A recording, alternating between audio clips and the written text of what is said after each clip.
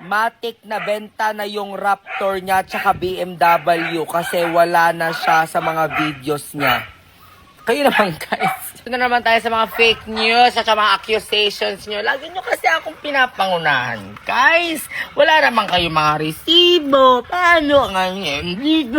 Kailangan ko bang ipangalandakan araw-araw na nandito pa yung mga kotse at hindi ko nirentan at binili? Kasi naman po kayo, ang dami-dami niyo po kasi mga sampian. Puta, ganun ba ako magsalita para maintindihan niyo na po ako? Hindi ko po kasi anong language sasabihin ko para maintindihan niyo. Ayan po yung BMW. Hindi ko po kailangan ipangalandakan everyday. Ayan din yung G-Wagon. O, yung Raptor nandyan.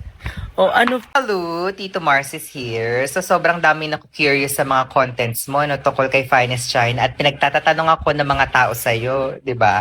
Ako lang naman yung unang taong nagtanong in public, social media, kung totoo ba talaga yung mga pag-giveaways, 1 million, challenge